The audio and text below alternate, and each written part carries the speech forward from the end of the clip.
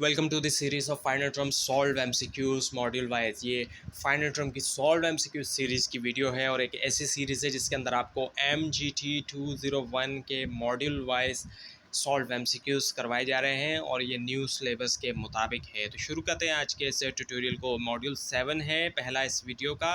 So diversification can reduce risk. अब diversification के ज़रिए रिस्क को रिड्यूस किया जाता है, कम किया जाता है, मुख्तलिफ जगहों पर इन्वेस्ट किया जाता है। सो इन्वेस्ट को जिस तरीके से करते हैं कि by spreading your money across many different dash, पैसे को फैलाया जाता है, इन्वेस्टमेंट को फैलाया जाता है बहुत सी मुख्तलिफ कहाँ पर। सो इंडस्ट्रीज़ में भी और मार्केट में भी इस वजह से all of the given option इसका आंसर है। अब ये कि the square of the standard division is known as the, जो स्क्वायर होता है स्टैंडर्ड डिवीजन का, वो जाना जाता है किसके तौर पर, वेरिएंस के तौर पर। उसके बाद ये कि which of the following is not a major cause of systematic risk, इनमें से कौन सा मेजर कॉज नहीं है सिस्टमेटिक रिस्क का, वो है कंपनी मैनेजमेंट चेंज। उसके बाद ये कि dash means expanding the number of investment which covers different kinds of stock.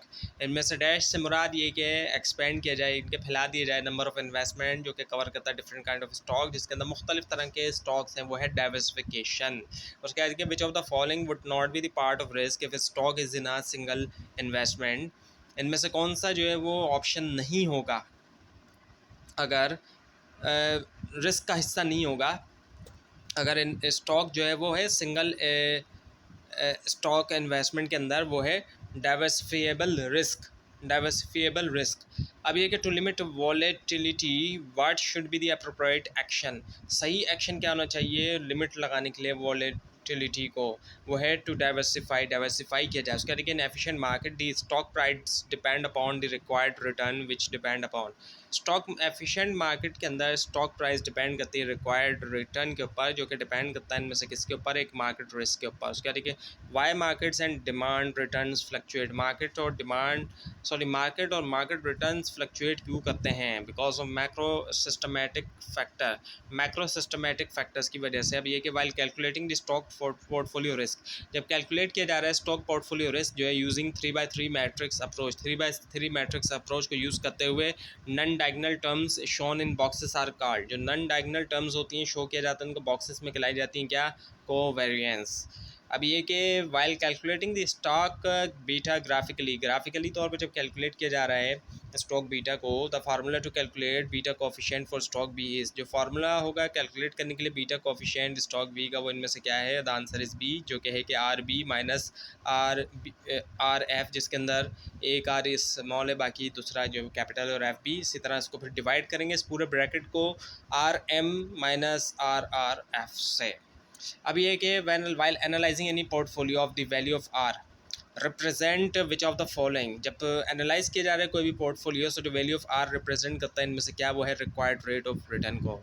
अब ये कि it is part, if a stock is part of totally diversified portfolio, अगर स्टॉक जो है वो हिस्सा है टोटली डाइवर्सिफाइड पोर्टफोलियो का, then which of the following is true for that stock, इनमें से कौन सा ट्रू होता है स्टॉक के लिए, वो होता है stock total risk is equals to market risk है। अब ये क्या, high uncertainties associated with which of the following, high जो अनसर्टेनिटी होती है बहुत ज़्यादा, वो इनमें से किसके साथ जुड़ी होती है, वो कॉमन स्टॉक के साथ जुड़ी होती है बहुत ज़्यादा अनसर्टेनिटी।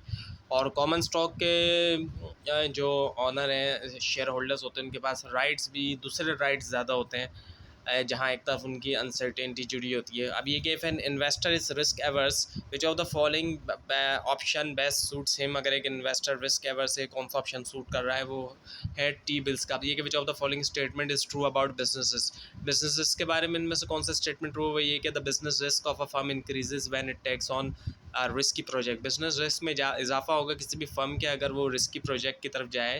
अब ये कि what happens to the total risk when leverage increases at a slow rate, total risk का क्या होगा जब लेवरेज इंक्रीज होता है स्लो रेट के ऊपर, the answer is total risk increases faster than the leverage, total risk ज़्यादा बढ़ेगा तेज़ी से लेवरेज के मुकाबले में। अब ये कि which of the following statement about portfolio statistic is correct, इनमें से कौन सा स्टेटमेंट पोर्टफोलियो स्टैटिस्टिक के बारे में करेक्ट है, वो ये कि a portfolio expected return is a simple weighted average of expected return of individual securities comprising the portfolio, जो पोर्टफोलियो का एक्सपेक्टेड रिटर्न होता है सिंगल वेटेड एवरेज के अंदर एक्सपेक्टेड रिटर्न के इंडिविजुअल सिक्योरिटीज़ के, उसके अंदर क्या है कि कंप्राइज करता है वो पोर्टफोलियो। अब ये कि विच ऑफ द फॉलोइंग इनमें से कौन सा जो है वो नहीं है मेजर कॉज जो है अनसिस्टमेटिक रिस्क का, वो है वर्ल्ड वाइड इन्फ्लेशन, दुनिया भर में अगर महंगाई होती है अब ये कि विच ऑफ द फॉलोइंग इनमें से कौन सा जो है the characteristic of a well diversified portfolio. Well diversified portfolio की करेक्टरिस्टिक इनमें से कौन सी, वो ये कि it's unsystematic risk is negligible. इसका जो अनसिस्टमैटिक रिस्क है वो नेग्लिजिबल होता है। अब ये कि which of the following factors do not affect movement in the market index. इनमें से कौन से फैक्टर अफेक्ट नहीं करते मूवमेंट जो है मार्केट में इंडेक्स में होते हैं सोशल फैक्टर। ये कि stock is a part of totally diversified portfolio and its company risk must be equal to. अगर स्टॉक जो है वो हिस्सा होता है टोटली डाइवर्सिफाइड पोर्टफोलियो का, तो इसका कंपनी रिस्क लाजमी तौर पर इक्वल होना चाहिए जीरो के। अब ये कि मार्केट रिस्क जो है is measured in terms of the dash. Market risk को मेजर किया जाता है कौन सी टर्म्स के अंदर, डैश के अंदर ऑफ द मार्केट पोर्टफोलियो और इंडेक्स, वो किया जाता है मेजर स्टैंडर्ड डेविएशन के अंदर। अब ये कि which of the following factors might affect stock return. में से कौन से फैक्टर अफेक्ट कर सकते हैं स्टॉक रिटर्न्स को, वो ये कि all of the given option, जिसके अंदर बिजनेस साइकिल हो गया, interest rate fluctuation and inflation rates भी आ गया। अब ये कि which of the following represent all risk return combination of for the efficient portfolio in the capital market. इनमें से कौन सा रिप्रेजेंट करता है रिस्क रिटर्न कॉम्बिनेशन जो है एफिशिएंट पोर्टफोलियो कैपिटल मार्केट में होता है, CML स्ट्रेट लाइन इक्वेशन। अब आ जाता है कि which of the following is the variability of return on stock और पोर्टफोलियो। इनमें से कौन सा जो है वेरिएबिलिटी ऑफ रिटर्न होता है स्टॉक के ऊपर या पोर्टफोलियो के ऊपर, not explain by general market movement, जिसको एक्सप्लेन नहीं किया गया जनरल मार्केट मूवमेंट से। It is avoidable through diversification. ये अवॉइडेबल डाइवर्सिफिकेशन के जरिए होता है, ये है अनसिस्टमेटिक रिस्क। अब ये कहता है wider the range of possible outcome, जितनी ज़्यादा रेंज होती है पॉसिबल आउटकम की, तो उतना ही ज़्यादा क्या होता है, the greater the variability in potential returns that can occur, the greater the risk. So जितनी ज़्यादा वेरिएबिलिटी होती है पोटेंशियल रिस्क में जो हो सकती है, उतना ही ज़्यादा रिस्क होता है। अब ये क्या, assume that the expected return of portfolio are same. Assume ये करें कि एक्सपेक्टेड रिटर्न पोर्टफोलियो का तो सेम है, but their standard deviation are given in the option given below. लेकिन जो उनके स्टैंडर्ड डेविएशन है वो गिवन है जो ऑप्शन नीचे दिए गए हैं। So which of the option represent the most risky portfolio according to standard deviation. इनमें से कौन सा ऑप्शन रिप्रेजेंट करता है मोस्ट रिस्की जो पोर्टफोलियो है स्टैंडर्ड डेविएशन के मुताबिक, वो है 4.0%। अब ये कि if you invest in many securities, हम बहुत सी सिक्योरिटीज़ में अगर इन्वेस्ट करते हैं which are dash to each other, then it is possible to reduce overall risk of your investment. अगर हम इन्वेस्ट करते हैं बहुत सी सिक्योरिटीज़ में जो कि डैश हैं एक दूसरे के साथ, तो पॉसिबल है कि रिड्यूस किया जाए रिस्क का ओवरऑल आपके इन्वेस्टमेंट का। सो वो नेगेटिवली अगर कोरिलेट कर रही हैं एक दूसरे से। अब ये कि if share A's beta is equal to plus 2.0 than it represent which of the following. Share A beta जो है वो है 2.0 प्लस के अंदर, तो ये रिप्रेजेंट करता है इनमें से किसको। The answer is share is twice as risky as the K S E market, यानी कि दुगना रिस्की है ये शेयर। उसके बाद ये क्या है, beta coefficient is actually the slope of the line that shows the relationship between which of the following. Beta coefficient actually जो है वो स्लोप ऑफ लाइन होता है जो कि शो करता है रिलेशनशिप इनमें से किसके दरमियान, वो एक है stock expected rate of return on X axis. जो stock expected rate of return है वाई एक्सिस के ऊपर, और जो मार्केट रेट ऑफ रिटर्न होता है एक्स एक्सिस के ऊपर। अब ये कि which of the following, sorry, what is the best measure of risk for a single asset held in an isolation. बेहतर तरीका क्या है मेजर करने का रिस्क जो है एक सिंगल एसेट जिसको आइसोलेशन रखा गया, अकेला करके रखा गया बिल्कुल अलहदा से।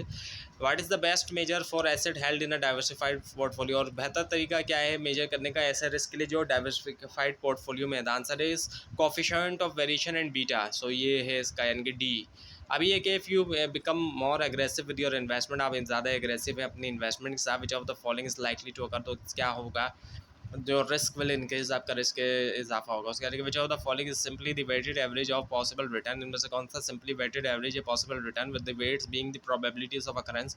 और ये कि वेट जो है वो क्या है पॉसिबिलिटी ऑफ अकरेंस है, वो ये कि एक्सपेक्टेड रिटर्न। अब ये कि the ratio of standard deviation of a distribution to the mean of that distribution is referred to as. अब एक रेशियो अगर बनाते हैं हम स्टैंडर्ड डेविएशन ऑफ डिस्ट्रीब्यूशन से मीन ऑफ डिस्ट्रीब्यूशन तक, सो उससे मुराद जो है वो क्या है, वो ये कि कोफिशिएंट ऑफ वेरिएशन। अब ये कि the higher the risk of a share, the dash is its return and the dash is its market price।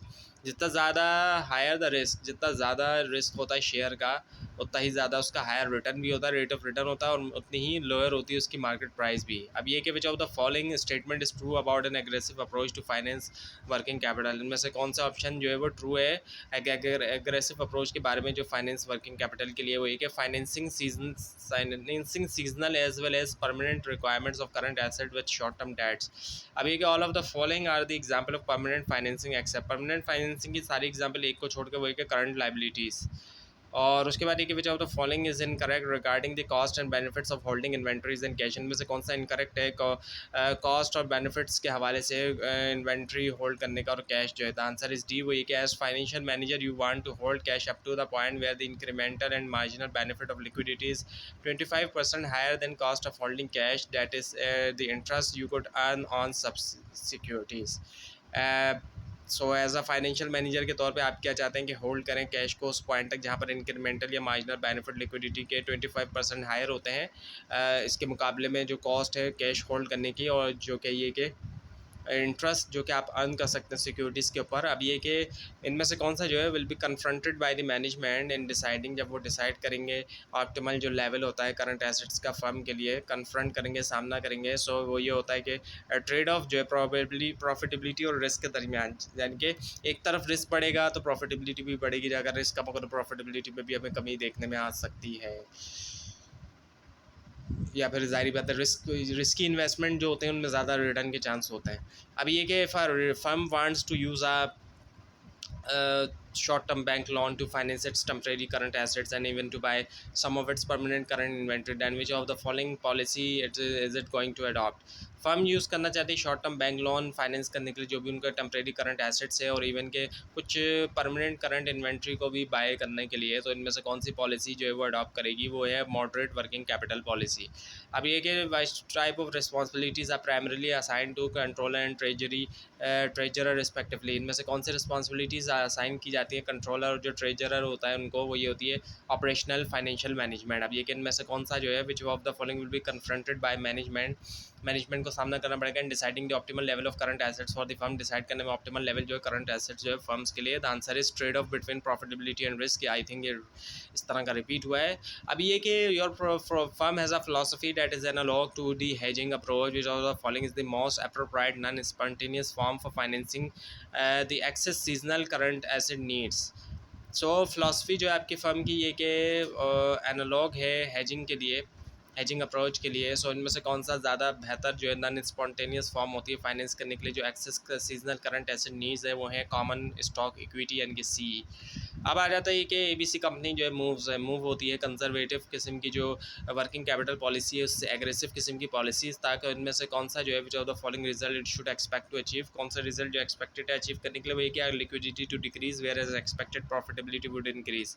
अब ये कि Mr A as a sole proprietor has purchase the raw material credit, Mr A ने जो है वो as a sole proprietorship के तौर पर रॉ मटेरियल को क्रेडिट के ऊपर ख़रीदा। This transaction has generated which of the following, so इस ट्रांजेक्शन ने क्या जनरेट किया है, वो ये कि स्पॉन्टेनियस फाइनेंसिंग। अब ये कि which of the following is not a form of short term spontaneous credit, में से कौन से शॉर्ट टर्म स्पॉन्टेनियस क्रेडिट की फॉर्म नहीं है, वो होता है कमर्शियल पेपर। अब ये कि which of the following would not be included in inventory carrying cost, इनमें से कौन सा इन्वेंट्री कैरिंग कॉस्ट में शामिल नहीं, वो है कॉस्ट ऑफ इन्वेंट्री। अब ये कि the decision regarding working capital management of a firm are mainly concern with which of the following, इनमें जो डिसीजन लिए जाते हैं वर्किंग कैपिटल मैनेजमेंट जो एक फर्म के मेनली तौर पर कंसर्न है इनमें से किसके साथ, वो ये है कि करंट एसेट्स और जो करंट लाइबिलिटीज़ होती हैं बैलेंस शीट के अंदर, दोनों ही करंट, यानी कि अब ये कि इनमें से कौन सा जो है वो बताता है कि cash is king and only cash can pay the bills, cash ही जो है किंग है और वो कैश ही बिल पे कर सकता है, वो एक बैलेंस शीट अप्रोच।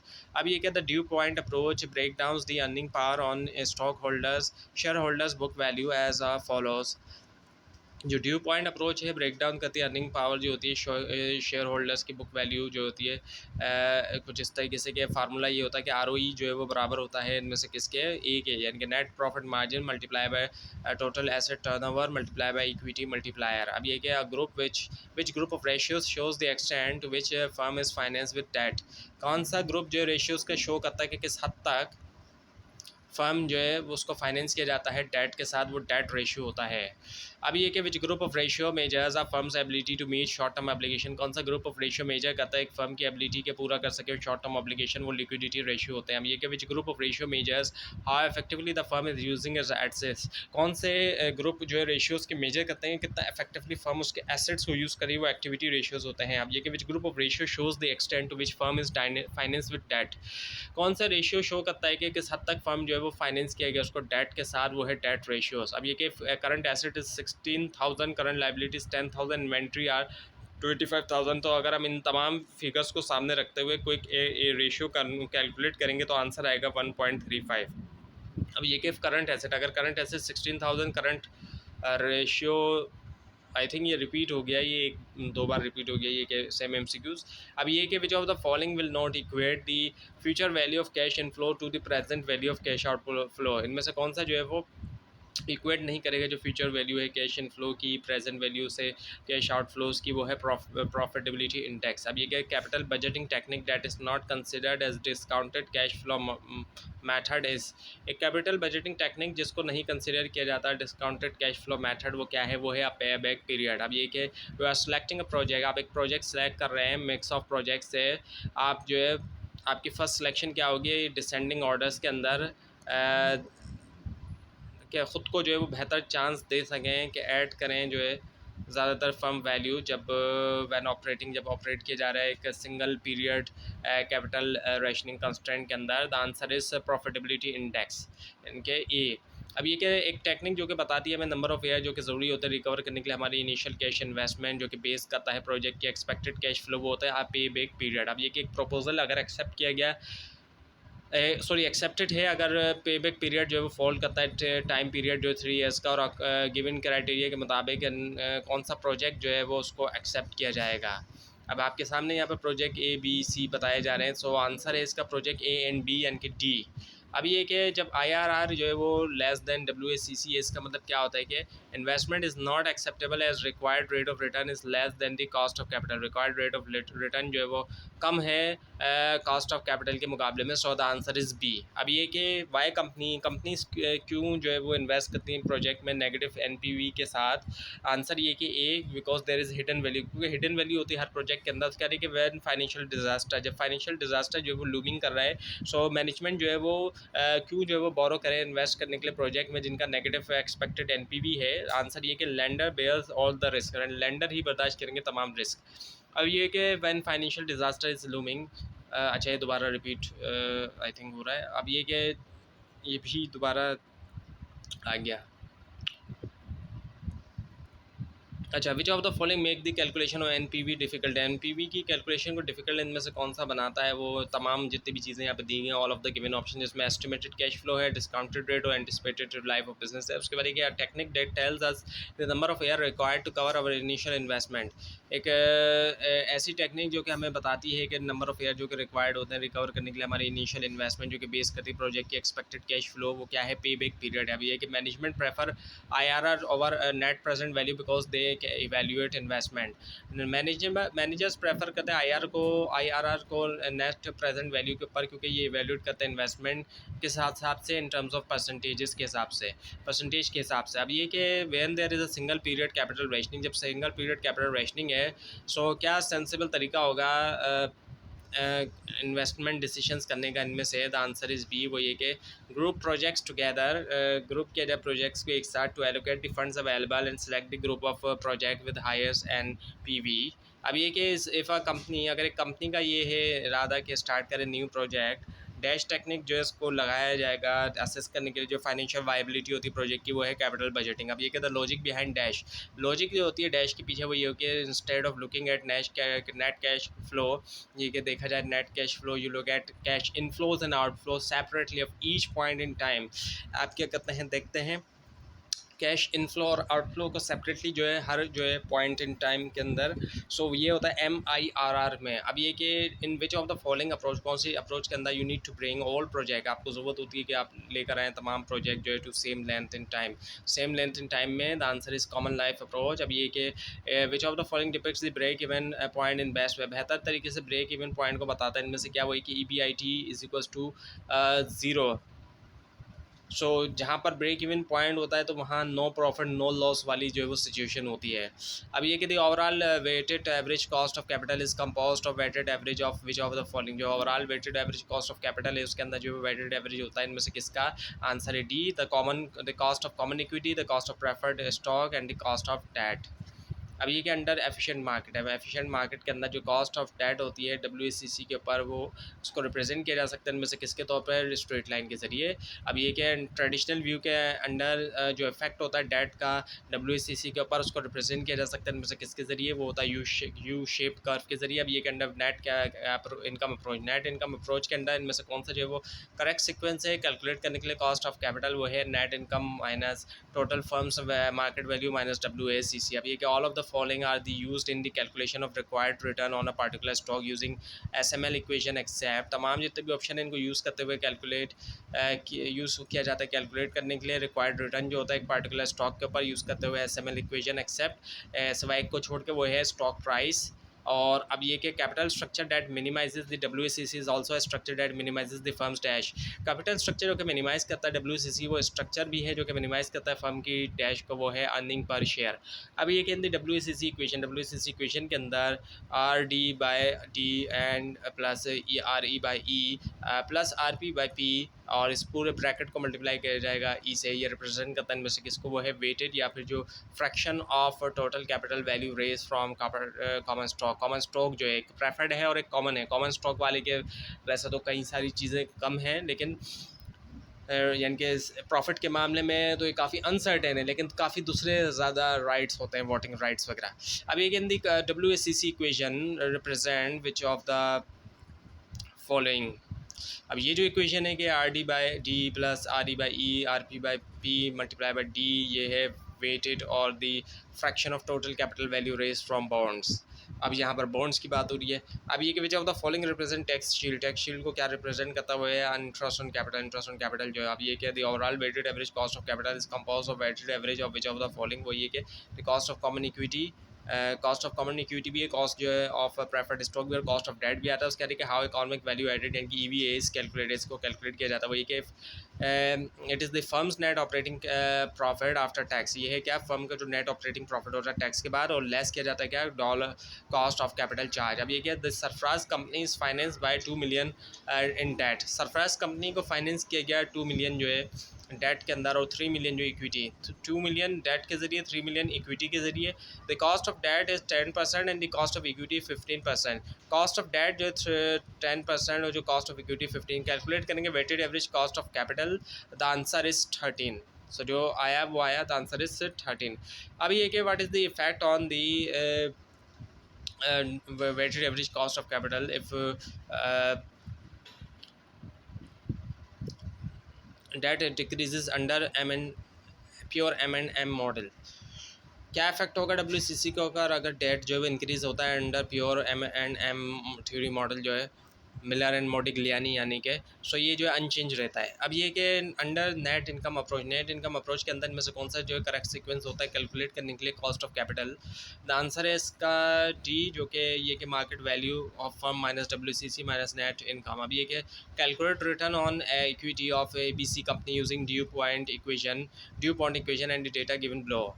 सो कैलकुलेट जब हम करेंगे हम ROE जो है ABC कंपनी का यूज़ करते हुए 2 पॉइंट इक्वेशन, और जो डेटा है वो ये कि प्रॉफिट मार्जिन 30 के बराबर 30% है, एसेट जो है वो 50%, एसेट टर्नओवर 50%, लेवरेज 60%, आंसर इसका निकल रहा है 9%। अब ये कि विच ऑफ द फॉलोइंग इनमें से कौन सा जो है वो is not are recognize approach, recognize approach नहीं है डिटरमाइन करने के लिए कॉस्ट ऑफ इक्विटी, वो है कि B जो कि before tax cost of preferred stock plus risk premium approach. अब ये इनमें से कौन सा जो है वो करेक्ट है अगर हम देखते हैं अपॉर्चुनिटी कॉस्ट के हवाले से कैपिटल फॉर अ प्रोजेक्ट, वो एक the opportunity cost of capital is the return that investor give up by investing in project rather then in securities of equivalent risk. अब अपॉर्चुनिटी कॉस्ट असल में है यही चीज़ कि एक चीज़ छोड़कर दूसरी जगह इन्वेस्ट करना, यह भी एक तरह की कॉस्ट होती है।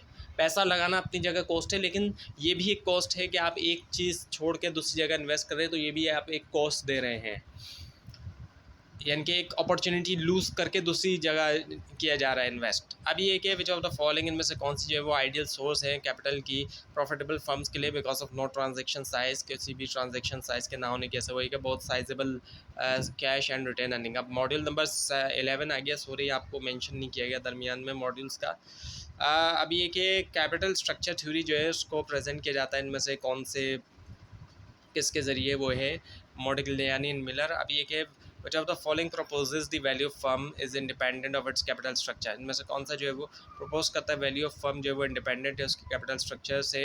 सो the answer is M&M capital structure theory. और उसके बाद ये according to trade off theory, trade off theory के मुताबिक जो है वैल्यू ऑफ फर्म जो है वो राइज होती है एज अ रिजल्ट ऑफ किसके नतीजे में, टैक्स सेविंग के नतीजे में। अब ये कहता है decision regarding capital structure of firm are mainly concern with which of the following, जो डिसीजन होते हैं कैपिटल स्ट्रक्चर के हवाले से फर्म के मेनली तौर पर कंसर्न होता है, उनमें से किसका वो होता है लाइबिलिटी साइड जो होती है बैलेंस शीट के। अभी के कैपिटल स्ट्रक्चर थ्योरी उसको रिप्रेजेंट किया जाता है इनमें से किसके जरिए, मॉडिग्लियानी एंड मिलर। अब ये कि which of the following true regarding financial leverage, financial leverage के हिसाब से इनमें से कौन सा सही है, वो ये कि investors can undo the effects of a firm capital structure by using home made leverage. अब आता है कि इनमें से कौन सा स्टेटमेंट बताता है कि ट्रेड ऑफ जो है थ्योरी वो बेटर वे है, इन अ बेटर वे, बेहतर तरीके से, यानी कि वही कि state debt trade off between debt financing equity financing, वही बताता है ट्रेड ऑफ जो है डेट फाइनेंसिंग और इक्विटी फाइनेंसिंग के दरमियान।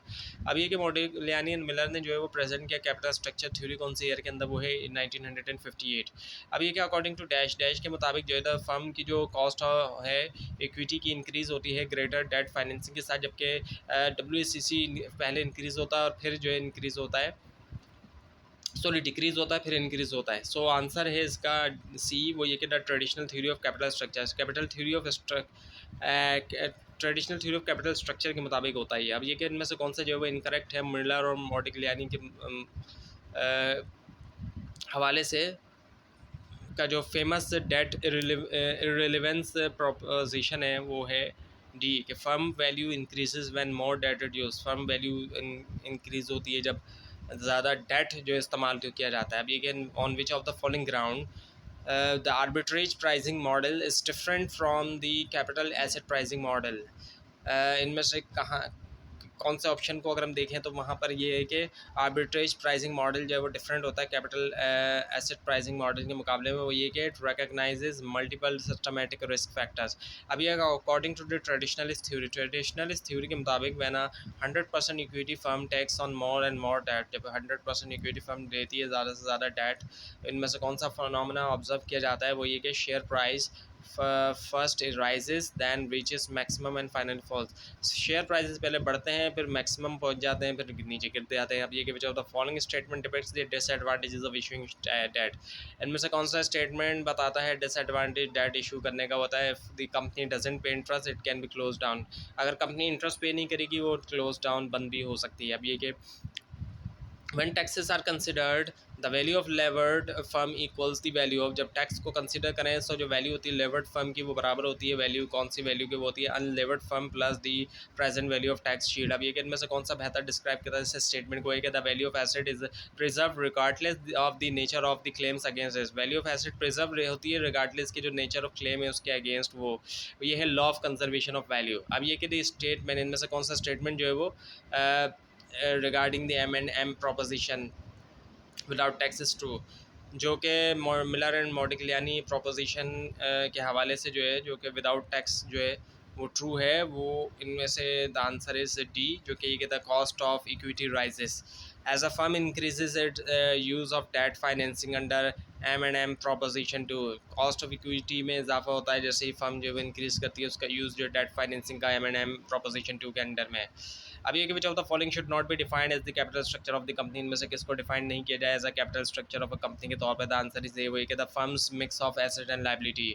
अब ये कि generally companies want to keep the balance in the form of, company जो वो बैलेंस रखना चाहती है किस फॉर्म के अंदर, बोथ डेट एंड इक्विटी। अब ये कि इनमें से कौन सा जो है वो मैक्सिमम अमाउंट ऑफ डेट होता है जो कि फर्म जो है एडिकेटली तौर पर सर्विस कर सके, वो होता है डेट कैपेसिटी। अब ये कि under efficient market, efficient market के अंदर जो इफेक्ट ऑफ डेट होता है WACC के ऊपर उसको रिप्रेजेंट किया जा सकता है इनमें से किसके तौर पे, वो होता है स्ट्रेट लाइन। अब ये कि इनमें ज़्यादातर कंपनी जो है ज़्यादातर फर्म्स क्या करते हैं, विश करती हैं कि मेंटेन करें उनका कैपिटल स्ट्रक्चर, इनमें से कौन सी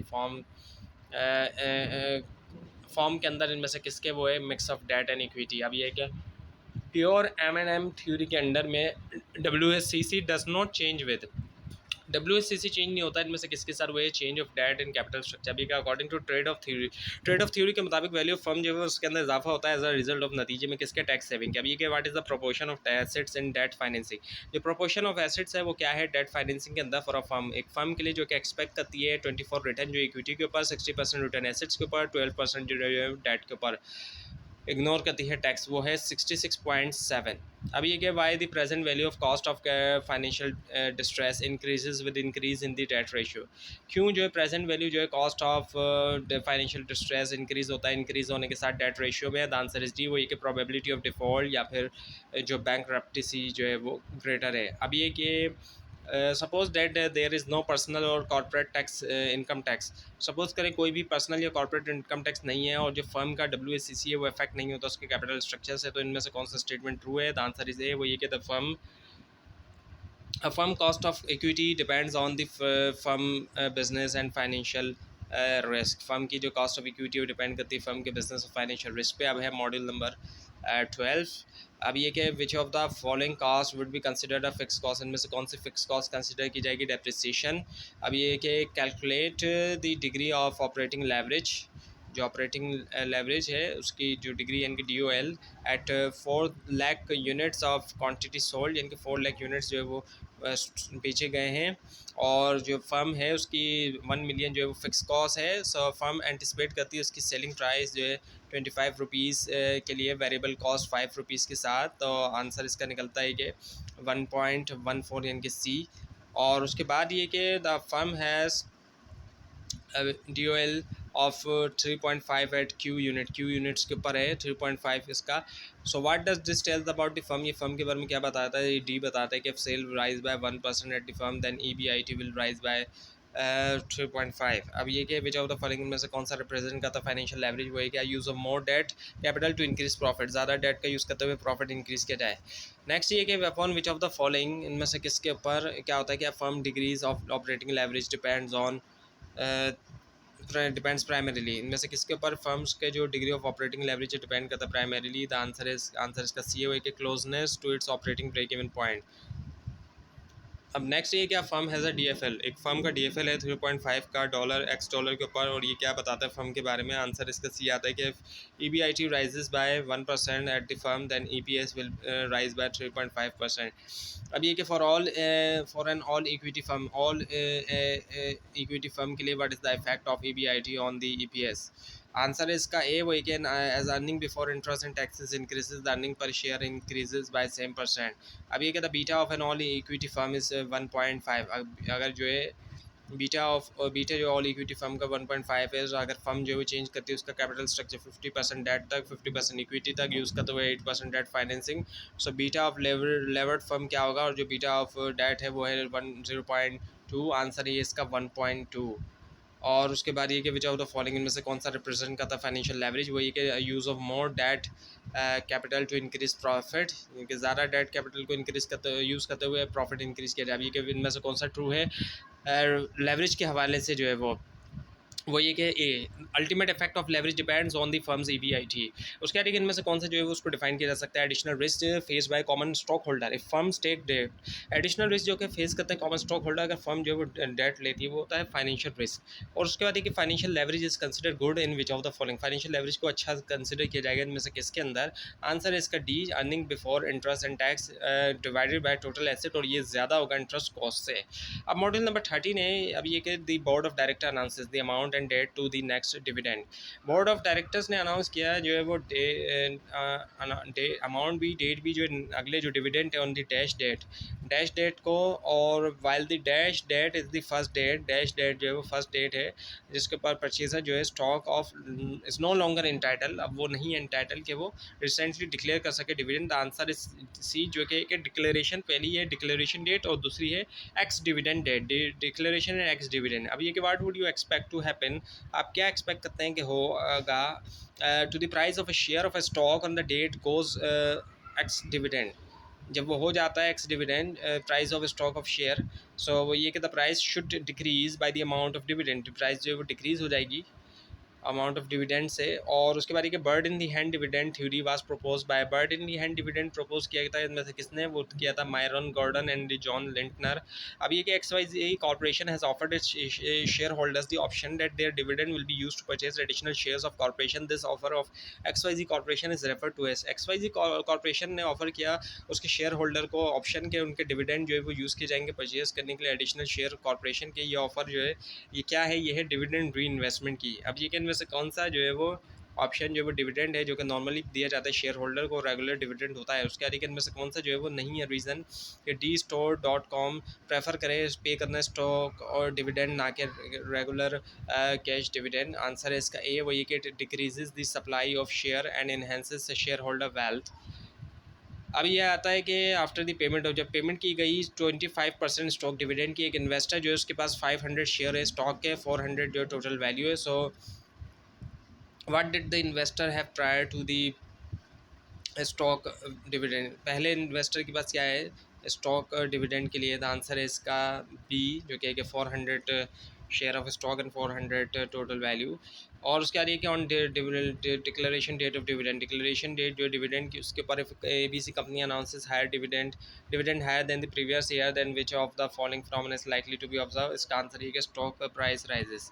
अब ये आ जाता है कि विच ऑफ द फॉलोइंग, इनमें से कौन सा जो है वो इज द डिविडेंड? डिविडेंड होता है जो कि नॉर्मली दिया जाता है शेयर होल्डर को, रेगुलर डिविडेंड होता है। उसके बाद देखिए which of the following signals is most likely to elicit a decrease in share price? इनमें से कौन सा सिग्नल जो ज़्यादा मुमकिन तौर पे करता है कि एक डिक्रीज़ आना शेयर प्राइस के अंदर, स्लो ग्रोथ यूटिलिटी कंपनी के लिए जो कि करंटली पे करती है स्मॉल डिविडेंड? आंसर इसका सी, वो क्या, unexpected decrease in the regular quarterly dividend. उसके आगे which term would most likely be associated? इनमें से कौन सी टर्म ज़्यादा जुड़ी है इस फ्रेज के साथ के action speak louder than words? वो है फाइनेंशियल सिग्नलिंग। उसके आगे what would be the result? Result क्या होगा अगर इंक्रीज होता है नंबर ऑफ शेयर में आउटस्टैंडिंग बाय रिड्यूसिंग दी पर वैल्यू ऑफ स्टॉक? वो है स्टॉक स्प्लिट। अब ये कि what would you expect to happen और to the price of a share of stock on the day it goes ex dividend? अब ये दोबारा रिपीट हो गया कि डिविडेंड की प्राइस जो है वो, the price should be dividend, sorry the price should decrease होगी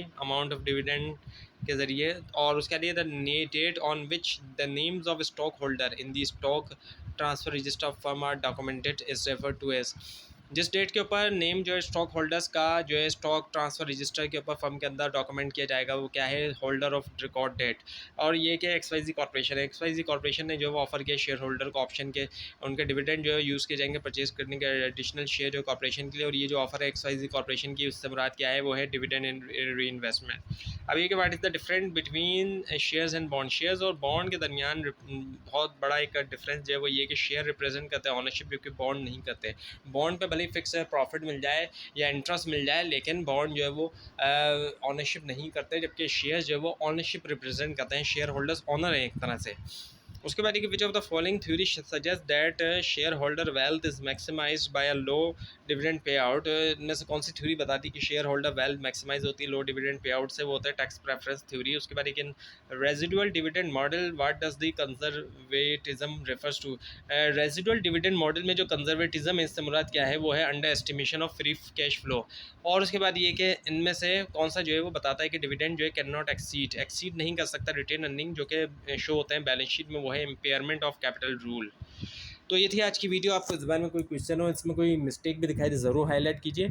और इस पूरी सीरीज़ को देखने के लिए और फाइनल टर्म एग्जाम्स की प्रिपरेशन के लिए इस चैनल को सब्सक्राइब कीजिए, बेल आइकन के ऊपर क्लिक कीजिए। Thanks for watching this video and best of luck for your exams.